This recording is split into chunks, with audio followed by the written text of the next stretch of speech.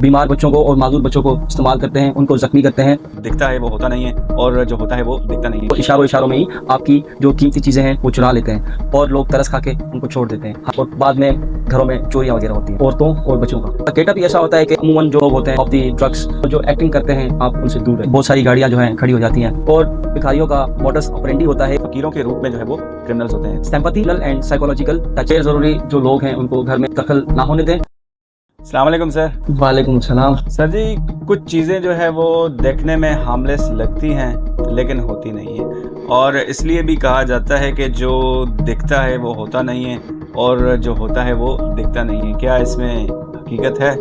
जी ज़ीशान, बिल्कुल इस बात में आपकी सदाकत है। तो अच्छा, तो आज इसी चीज़ को जो है वो हम एक्सप्लेन करते हैं। जहाँ पर बहुत सारे ज़रूरतमंद और लायक लोग मजबूरियों की वजह से जो है वो दूसरों के आगे हाथ नीचे करते हैं या भीख मांगते हैं, तो वहाँ पे कुछ ऐसे अनासर भी हैं जो फ़कीरों के रूप में जो है वो क्रिमिनल्स होते हैं। तो इसी के ऊपर सर हम लोग आज डिस्कशन करेंगे कि आज आप हमें ये बताएं कि जो ऐसे लोग होते हैं, ठीक है, जो जस्ट फ़कीरों के रूप में होते हैं और एक्चुअली वो होते क्रिमिनल्स हैं, what is their modus operandi, जो उनका तरीक़ा वारदात होता है वो किस तरीके से होता है।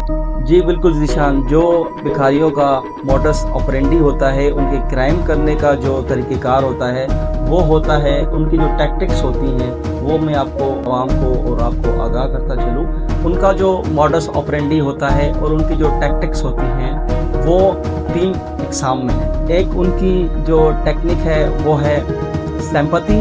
सेकंड नंबर पे जो उनकी टेक्निक है वो है इमोशनल एंड साइकोलॉजिकल टच और जो थर्ड टेक्निक है उनकी वो है डिस्ट्रैक्शन। जी सर, जैसे आपने बताया कि ये sympathy, emotional and psychological touch और डिस्ट्रैक्शन, तो ये किस तरह से ये लोग करते हैं, इसके बारे में भी बताएं।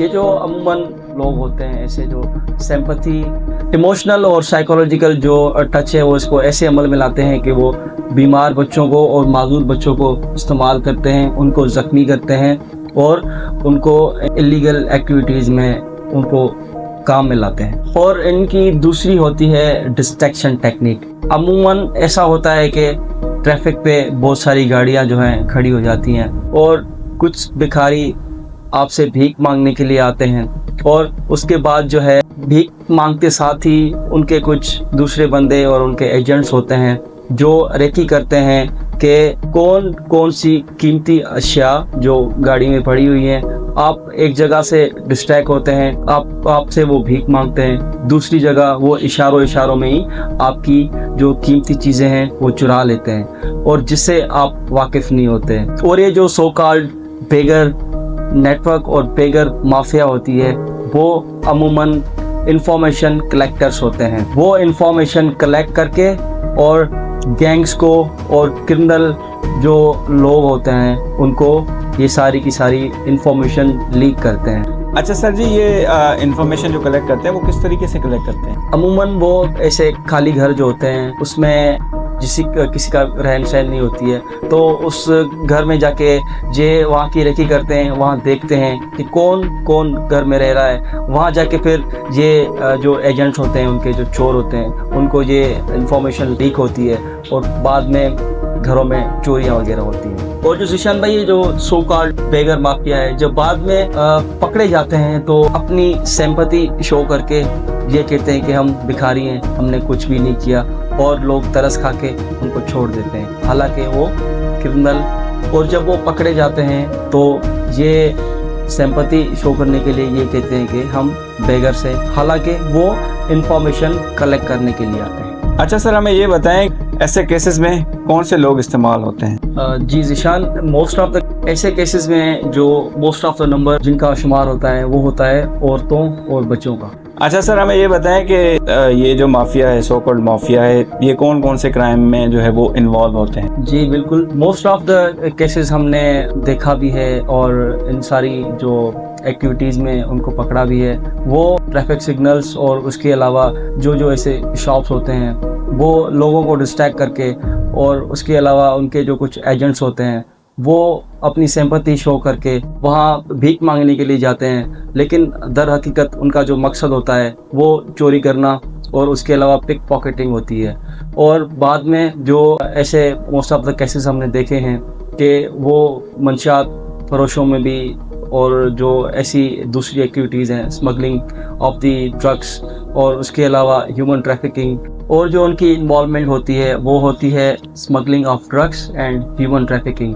और बाज़ों का वो इस चीज़ का भी फ़ायदा उठाते हैं कि उनका गेटअप ही ऐसा होता है कि अमूमन जो लोग होते हैं और जो पुलिस होती है उन पे शक नहीं करती है, ठीक है। और उसके बाद जो वो ऐसी एक्टिविटीज़ हो गई, स्मगलिंग हो गई, ड्रग्स हो गए, और उसके बाद जो ह्यूमन ट्रैफिकिंग है, तो वो आसानी से वो सब कर जाते हैं। अच्छा सर, तो ऐसी माफिया से ये जो सो कॉल्ड बैगर्स होते हैं, इनसे बचने के लिए क्या करना चाहिए या कैसे इनसे बचा जा सकता है? जी बिल्कुल, बहुत ज़बरदस्त सवाल है निशान आपका कि हम इन चीज़ों से बचने के लिए सबसे पहले हमारी खुद मोहतियाती बहुत ज़रूरी है, और उसके बाद जो सिक्योरिटी अश्योरेंस है आपकी वो बहुत ज़्यादा मैटर करती है।